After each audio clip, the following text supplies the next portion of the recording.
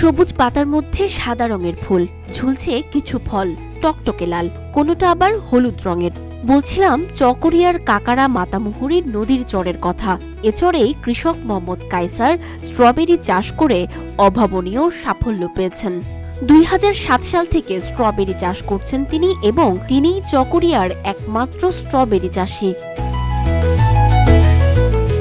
এই মৌসুমে কায়সার 25 শতক জমি থেকে প্রায় 6 লাখ টাকার স্ট্রবেরি বিক্রি করেছেন। RICL TMX, যুগের পর যুগ স্থাপনা থাকে মজবুত। কাকারা তামাক ক্ষেতের মাঝখানে স্ট্রবেরি চাষ করছি। এটা আসলে আমি অনেক দীর্ঘদিন আগে থেকে করতেছি। প্রায় 7 সালও একবার করছিলাম, 7-8 সালে। মধ্যখানে 2 বছর গ্যাপ গিয়েছিল, করিনি। আমার এক ভাই এখানে করতো, যার কারণে আমি করিনি। ও মারা যাওয়ার পর থেকে আবার ঐতিহ্য হিসেবে এটা ধরে রাখছি। 9 বছর মোটামুটি একখানি করার চিন্তা ছিল, সারা পাইনি বিদায় আটগানি করছি।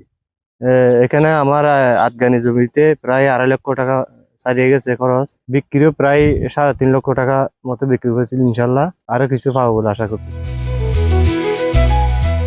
বাগান পরিচর্যার জন্য রয়েছেন 2 জন শ্রমিক, যারা এই বাগানে কাজ করে এখন পরিবার নিয়ে সুখে আছেন। আমি দীর্ঘদিন যাবত এই স্ট্রবেরি বাগানে কাজ করি, আর এখানকার দৈনিক আমাকে 500 টাকা বেতন দেয়। আমি ওই বেতন নিয়ে আমার বাচ্চার স্বামী নিয়ে আমি সুখে চলতে পারি। এখানকার যে কাজগুলা কেমন, সহজ না কঠিন?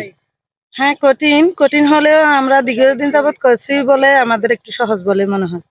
দীর্ঘদিন ধরে কাজ করে, মানে 500 টাকা করে মানে আমাদেরকে স্যালারি দেয়, আর ওনার কাছে কাজ করতে আমার অনেক ভালো লাগে, তার জন্য আমি ওর কাছে কাজ করি।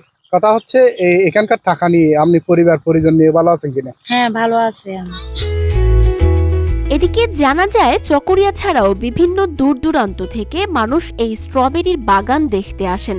আবার কেউ কেউ আসেন স্ট্রবেরি কেনার উদ্দেশ্যে। কৃষক কায়সার প্রতি বছর নভেম্বরে শুরু করেন স্ট্রবেরি চাষ।